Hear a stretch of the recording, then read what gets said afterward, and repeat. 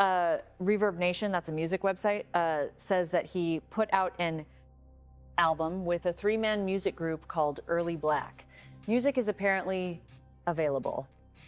Investigation says that Tommaso Cioni may be the prime suspect in this case. Authorities keep feeding us this line that Nancy Guthrie's disappearance is just a straightforward tragedy, some random drifter pulling off a terrifying snatch-and-grab in the dead of night. But new forensic findings just completely dismantled that bogus narrative. Detectives have now verified there are two separate DNA strands linked directly to the scene. One felony, two different bad guys. This twist flips the entire script on what we assumed. What if the real brains of the operation never even set foot on that porch, but instead outsourced the heavy lifting to his buddy of 19 years, a guy with a rap sheet for theft and break-ins? Could son-in-law Tomaso Cioni and drummer Dominic Evans be the actual team working in the shadows? Everything I'm about to lay out comes from weeks of sifting through heavy court docs, federal agency reports, property deeds, and cold, hard forensic stats. I didn't just skim the news tickers. I zeroed in on that 19-year bond they're totally dodging. Let's rewind to the night of January 31st. Just a regular dinner at the Cioni place. Around 9:50 p.m., Tommaso drives his mother-in-law, Nancy, back to her spot. Claims he watched her get in safe. So, we've got a hard drop-off time, 9:50 p.m., but the timeline goes pitch black right after. The Nest Cam at Nancy's was manually killed at 1:47 in the morning. What went down or didn't go down between those timestamps is the smoking gun of this whole case. From 9:50 at night to 1:47 a.m., you're looking at a massive gap of nearly 4 hours. 4 hours is an eternity in the crime world. That is plenty of time to head home, wait for the block to go dark, swap your gear, cruise back to the target, park out of sight, and get to work. And as of now, Tommaso has zero verified alibi for those critical 4 hours. Watch the clip of that masked figure walking up. You aren't seeing a nervous rookie. You're seeing what profilers call territorial ownership. The guy walked with total swagger in the dark. He knew the blind spots. He knew exactly where the lens was pointing. Crucially, he knew the system didn't have an active cloud recording subscription. You don't pick that up from a quick Google search. You know that by hanging out there constantly, helping install the tech, or being part of the family tree. Then look at the money moves before the hit. Exactly 8 months before Nancy vanished, Tommaso signed a durable power of attorney, handing total control of his assets over to his wife. Real estate folks might call that standard procedure, but doing it 8 months before your loaded mother-in-law gets taken for a $6 million ransom feels like strategic planning. It looks like the meticulous work of an architect getting his ducks in a row in case he has to bolt or face the music. But here's the detail that really blew this wide open for me. Out in the desert, houses like Nancy's have these heavy iron security gates right in front of the main entry. In the public footage, the intruder doesn't pry that gate. He doesn't use bolt cutters, he doesn't kick it in. He just glides right through it, like it was unlocked and waiting for him. How does a random outsider breeze through a locked iron gate without making a peep? They don't. Not in the real world. Someone had to leave it unlatched on purpose. Someone who was physically there just 4 hours prior.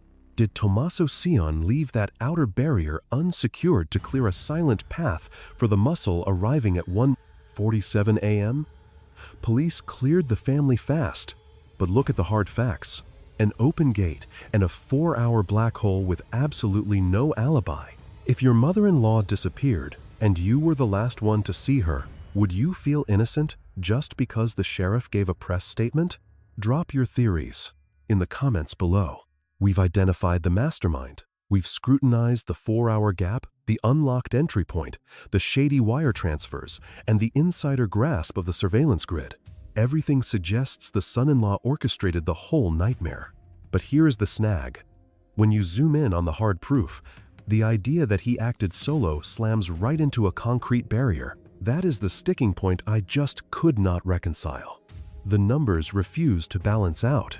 The Bureau put out an incredibly precise description of the masked figure caught on the entryway footage. They explicitly noted that the individual on the stoop measures between 5'9" and 5'10". Check any candid shot of Tomaso Cioni beside his relatives or friends, and it is painfully apparent he towers well over 5'10". He simply doesn't match the specs released by federal investigators. That vertical difference is the kill shot for the lone wolf hypothesis. Physically, Tomaso cannot be the man on that doorstep. So, if his frame is too large to be the muscle, the whole case collapses, doesn't it? Not necessarily. That only holds water if you assume he pulled the trigger himself. But suppose the planner required a soldier? Suppose he needed a Confederate he could trust with his life to handle the grimy, tactile work in the shadows? When you are staffing a high-risk operation like this, you don't recruit some nobody off the sidewalk. You turn to your inner sanctum. You seek absolute loyalty. Now, let's rewind the clock to April 2007. A standard classifieds post went up on Craigslist locally. Tomaso, fresh off the boat in the States, replied to that listing. That moment connected him with a local percussionist named Dominic Evans. They hit it off creatively and launched an indie project. They named the group Early Black. From that basic online connection, a serious brotherhood took root. By the time Nancy Guthrie was snatched from her residence in January 2026, Tommaso and Dominic had been tight for 19 years. 19 years isn't just a casual acquaintance. That is practically 2 decades of shared existence. 19 years provides ample opportunity to memorize every private facet of your best bud's reality.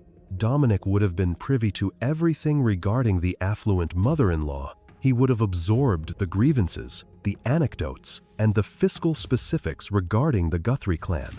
He'd know precisely where Nancy resided, her daily habits, and the floor plan of her estate. Spending that many hours jamming and socializing breeds a shared consciousness. And regarding the tracks they produced, there is a specific fragment from their history that froze me in place when I uncovered it. After years of practice and gigging at dive bars, Early Black finally dropped their first studio record. The name they selected for that particular release warrants a serious discussion right this second. They titled their debut Life, Love, Love, Murder. I realize it is just a garage band name, but viewing it through the lens of 2026, does that not make your skin crawl? Tell me your thoughts when you zoom out and survey the broader landscape. The components begin locking into place in a manner that is impossible to dismiss. The strategist crafts the perfect scheme, kills the digital eyes, and ensures the heavy gate is unlatched. Then, the enforcer, a confidant of 19 years who actually matches the federal height stat of 5'9", walks onto the landing to close the deal. The critical error of the height difference ultimately steers us straight toward a synchronized 2-man unit. If Tommaso had stood at the correct height, law enforcement might have zeroed in exclusively on him from day one. But since the footage ruled him out physically, detectives had to expand their net. They were forced to hunt for a totally separate individual. They never anticipated the ringleader would subcontract the most perilous leg of the mission to his absolute nearest and dearest companion. If Tomaso is the architect who drafted the blueprint, Dominic Evans is the ideal instrument who carried it out. To really grasp why a reputable educator would enlist a freelance drummer for a major abduction, we must gaze beyond their discography and drill down into the public dockets of Puma County. When you dig up the open records on Dominic Evans, you don't uncover mere parking citations, tiny penalties, or misdemeanors. You discover a rap sheet thick with heavy felonies, specifically listing breaking and entering and theft by force. This matters immensely because those particular offenses demand a unique psychological barrier that the average citizen just doesn't have. Burglary is the felony act of breaching a private building illegally with the objective of theft. You learn the art of prowling through unfamiliar territory without making a sound, how to maneuver in total darkness without stumbling, and how to avoid rousing the occupants sleeping soundly inside. Now, robbery. is a whole different animal compared to petty theft. It demands face-to-face conflict. You learn to weaponize fear, to stare down a panicked victim, and to use aggression to dominate a volatile situation. Consequently, these aren't just entries on a rap sheet. They are honed crafts. Blend the stealth of a veteran burglar with the brute force of a stick-up artist, and you have the perfect resume for invading a secluded home to snatch an 84-year-old woman in the dead of winter. Aside from the long criminal record, hard evidence ties this operative to that chilling doorbell video. Retired FBI profiler Jim Clemente broke down the tape of the masked figure storming Nancy Guthrie's porch. While the internet fixated on the cheap pack and sloppy holster, Clemente caught a subtle detail, something easily missed. He noted what looks like a permanent mark, likely a tattoo on the suspect's bare right wrist, visible as he reaches out to tap the lens in the dark. Online sleuths wasted no time. They dug up archival clips of the indie band Early Black playing dive bars. Scrutinizing grainy footage of Dominic Evans on the drums, they spotted dark, distinct ink on his lower right wrist, placed exactly where the mark appears on the suspect in the federal surveillance tape. It is a striking match that aligns perfectly with the height and build described by the feds. But to keep this investigation honest, we have to call it out when the web gets it wrong. We cannot peddle baseless gossip. On February 13th, SWAT teams hit a suburban house hard. Social media lit up with claims that police were finally grabbing Dominic Evans. That rumor is total nonsense.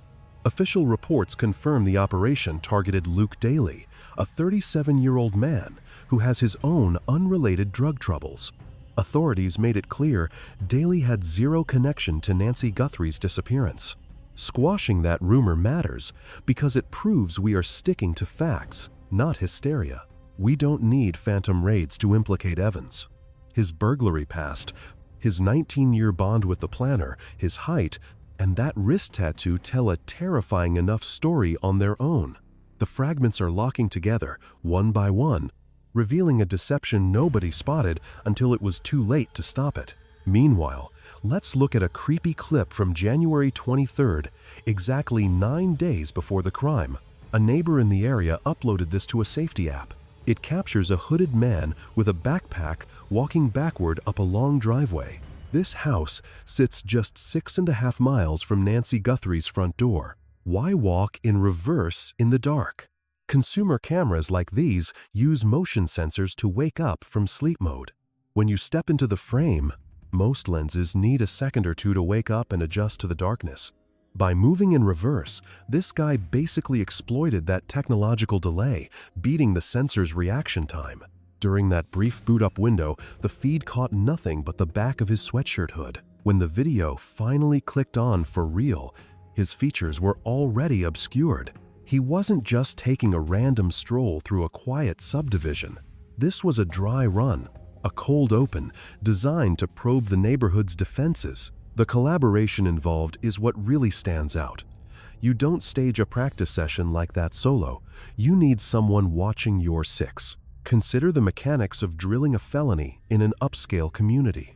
Backing up a stranger's driveway leaves you totally exposed. You are blind to whatever is coming at you. You would never spot a cruiser swinging around the block. You absolutely require a spotter. You need a strategist sitting in a blacked-out car down the block, staying on the line with you, tracking your pace, and watching for lights to flip on. That is the moment the partner hypothesis shifts from wild speculation to a strategic requirement. The planner and the muscle were clearly in sync on January 23rd, polishing their routine before taking it live at the victim's doorstep. After the dry run went off without a hitch, and the abduction went down 9 days after that, the biggest hurdle shifted to logistics. How do you transport a captive at 2 a.m. while dodging ring cams and state troopers? Here is where the map of the region gets truly disturbing. Head 60 miles south of Tucson, and you hit a remote outpost known as Rio Rico. This town sits uncomfortably near the line separating the U.S. and Mexico. It is empty desert country, scattered estates, nameless gravel paths, and canyons deep enough to make a truck vanish in the gloom. It is the ideal spot to vanish off the face of the earth without leaving a crumb of evidence. The run from the foothills to the border is a straight line down Interstate 19, totally deserted in the wee hours. You can cover that ground in about 50 minutes. Let's break down the numbers on the clock. If the snatcher grabbed the target and peeled out around 2:30 they would hit the cover of Rio Rico by 3:20. After a few minutes to stash the victim or make the transfer, the wheelman flips a U-turn and guns it straight back north toward town. Cruising that same vacant freeway, they are back in their suburban driveway by 4:10 in the morning. That tight schedule offers the perfect gap to pull off the job, dump the evidence, and be tucked in bed before the sun even thinks about peeking over the mesas. It is a brutally efficient plan, requiring clockwork precision. They used the rehearsal to ensure they stayed invisible. They leaned on a close bond to ensure silence. And they used the empty badlands of the South to wipe their captive off the grid. The strategist mapped it out, and the enforcer carried it out cold. When you look at the mileage covered, the desolation of that border country, and the synchronization of the drive, the grim reality snaps into focus. The brains behind this snatch and grab knew how to weaponize the clock, the miles, and the darkness to win the game without the local cops ever getting a sniff. We have covered the schedule, the roads, and the surveillance footage in depth.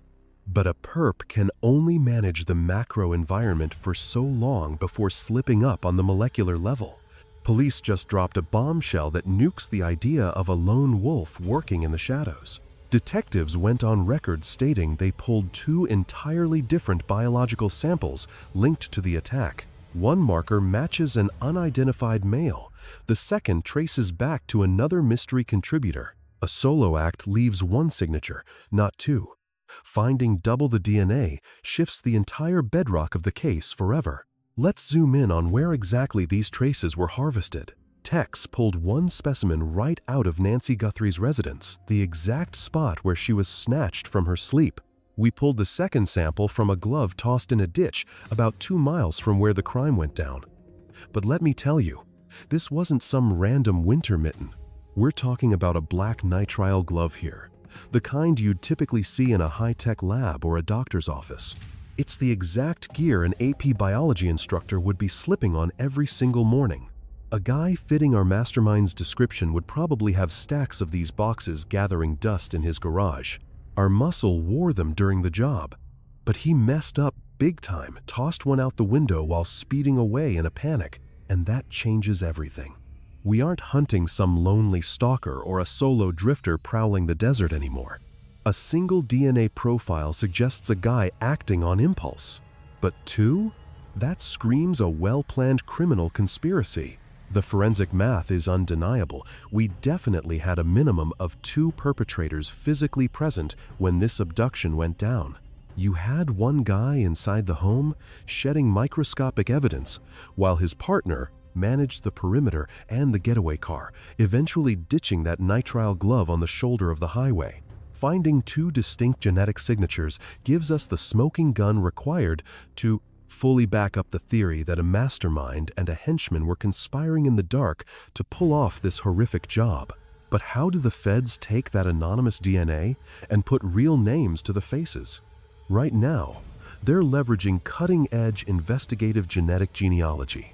It's the same breakthrough tech that's been nailing infamous serial killers literally decades after they went cold. Even if these guys have clean records, the cops don't need their specific DNA sitting in a government database. All it takes is a second cousin or some distant relative who decided to try out a commercial ancestry kit. Investigators are out there right now constructing enormous family trees, following every branch back through time until the list shrinks down to the specific people who left their genetic mark that night. This science doesn't lie, and it's silently tightening the net around this terrifying pair as we speak. You can't run from your own genes forever. The full story is about to break. Once those lab results come back, the entire landscape of this case is going to shift in a heartbeat. If the DNA leads back to the same social circle, specifically 2 buddies who started an indie band 19 years ago, then all these strange coincidences we've been picking apart suddenly become rock-solid proof that no lawyer on earth could talk their way out of. So we've got the biological side covered, but genes aren't the only thing that leave a permanent mark. Psychological and digital trails scream just as loud. We need to dissect those ransom notes, because crooks under pressure always spill more than they intend to. Over the course of this probe, a series of emails hit the inbox of TMZ, demanding millions in Bitcoin. Why would a pro-negotiator go through a gossip rag instead of the rich family? Simple. They wanted to spin a very specific story for the public. However, if you actually analyze the wording in those blasts, that story falls to pieces, and the psychological fractures start to show. Look at the first few emails sent to the outlet, where the anonymous source used the phrase "the main individual" to refer to the person who grabbed Nancy Guthrie. Consider that phrasing for a second. You'd never say main individual if you were describing a lone wolf working solo. That kind of talk suggests a chain of command. It shows the sender knows this dark operation has layers, one boss calling the shots and others filling support roles. On top of that, the writer explicitly claimed they were risking their own safety and freedom, saying they were standing dangerously close to the flame. That isn't how a cold, calculating mastermind talks. That's the panicked mindset of a sidekick who's in way over his head. It sounds like a guy who helped with the logistics, but is now freaking out over the heat coming from the feds. They know who the boss is, and they're scrambling to cut a deal before the whole house of cards collapses. Here's the kicker. The emailer is right to be scared, because the digital trap is already sprung. While online sleuths are busy debating beards and wrist tattoos, the FBI is deploying one of the most potent tracking tools in their entire arsenal. Law enforcement is currently running a massive digital dragnet on the local network nodes. This forensic technique lets detectives harvest unique ID signals from every phone that pinged the localized antennas within a set time frame and radius. Say you're orchestrating a major kidnapping for the 1st of February. The playbook is pretty standard. You deliberately keep your primary device hooked up to the power cord on your bedside table, crafting an airtight electronic alibi. Except January 23rd was a whole other story. That date marked the clandestine dry run. They meant for it to go unnoticed, believing they were totally secure and flying under the radar that evening. Odds are, they got lazy.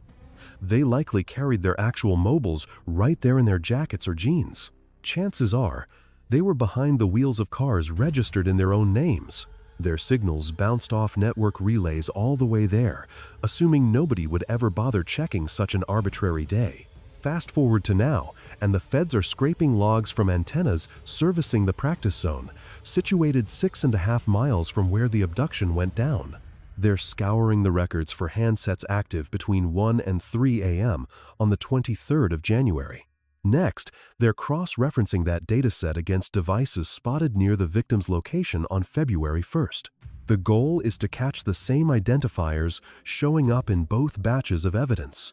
Should the Bureau spot phones belonging to two buddies of 19 years pinging in tandem at the staging ground, it's basically checkmate. Not a single lawyer on earth could spin a believable narrative to counter that kind of synchronized electronic footprint. Fabricating a cover story for one specific evening is tough, sure, but doable. Rigging an excuse for two separate dates spaced 9 days apart? That's virtually unachievable. Right now, the lack of noise from their camp is screaming guilt. A pair linked for nearly 20 years, effectively ghosting the world. As the Bureau closes the net, neither Tommaso nor Dominic Evans has uttered a word to the press. No TV interviews to clear their names. No status updates or tweets. They've just dropped off the map. When lifelong pals of 19 years shut up simultaneously in the middle of a federal probe, you can bet it isn't just a misunderstanding. It reeks of a calculated legal maneuver. They're biding their time. We've walked through a maze of buried clues, following a chilling sequence of events that initial law enforcement filings barely touched. We scrutinized that 4-hour gap on the freezing evening of January 31st, the shady paperwork executed precisely 8 months beforehand, and that heavy metal gate left unlocked and swinging in the dark, inviting a late-night break-in. We analyzed the physical absurdity of a giant son-in-law matching the profile of a masked perpetrator measuring just 5'9".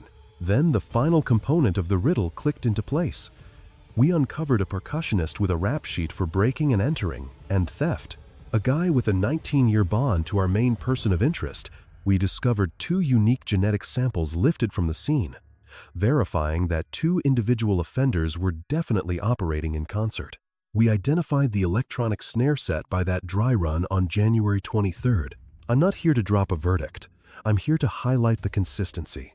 When the details regarding these 2 guys lock in so tight, basically, when you zoom out and view the whole chessboard, the story about some random solo attacker falls apart completely.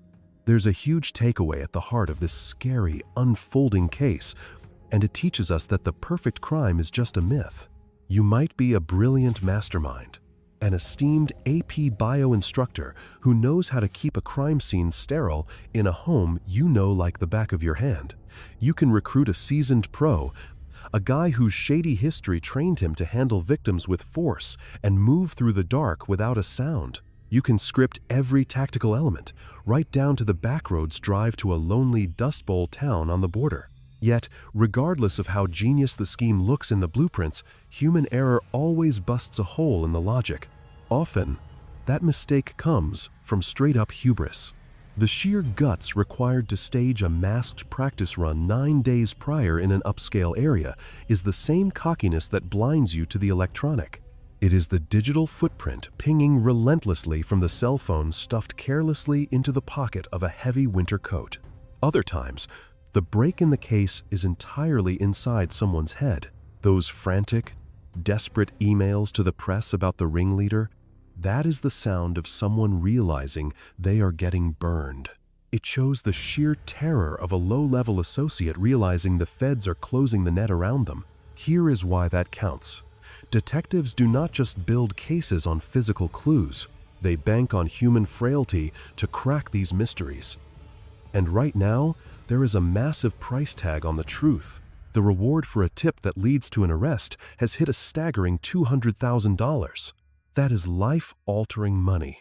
In the shady world of criminal conspiracies, a pile of cash has a scary way of shattering even the tightest bonds of loyalty. A 19-year friendship forged over indie music and buried secrets seems unbreakable when life is good. But when federal agents come busting down doors, launching raids and waving a $200,000 check in front of terrified accomplices, that brotherhood vanishes into thin air. Self-preservation always wins. Do you think the 19-year bond between the mastermind and the muscle can withstand the pressure of $200,000 and a DNA hit? Let me know your verdict below. The ending to this nightmare is being written in a lab right now. Advanced genetic genealogy is running around the clock, carefully tracing every twisted branch of the family trees linked to the biological evidence found at that grisly scene. Investigators are connecting distant relatives, mapping bloodlines, and zooming in until the truth lands on a single address out in the desert. Nancy Guthrie remains missing, and her family is living through a waking nightmare every single day.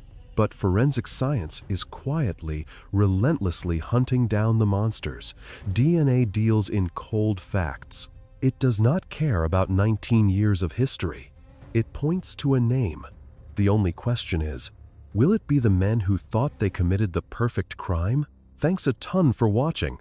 I really appreciate you hanging out with me as we unpack these complicated cases. If this investigation hooked you, please hit like, subscribe, and share it around. It helps get the story out there. Catch you in the next deep dive. The chilling disappearance of Nancy Guthrie leaves us with a profound and terrifying truth. The perfect crime is nothing but a dangerous illusion. It is easy to believe that cold calculation, 19 years of unbreakable brotherhood, and the endless silence of the desert can bury a dark secret forever. But arrogance is the ultimate architect of its own downfall. This tragedy serves as a haunting reminder that no matter how meticulously we craft our deceptions, the truth always leaves a relentless trail, a single, invisible strand of DNA. A fleeting digital ping in the dead of night. The heavy, suffocating weight of guilt. These are the silent witnesses that never sleep. We see how quickly greed and the desperate instinct for self-preservation can shatter decades of fierce loyalty, turning lifelong friends into desperate liabilities. Ultimately, this story isn't just about forensics. It is a moral reckoning. It teaches us that integrity is our only true shield. You can kill the cameras, you can scrub the crime scene, and you can drive deep into the pitch-black Badlands, but you can never outrun your own shadow, and you certainly cannot outrun your own genetics. Justice may be painfully slow, but it is always, inevitably, coming.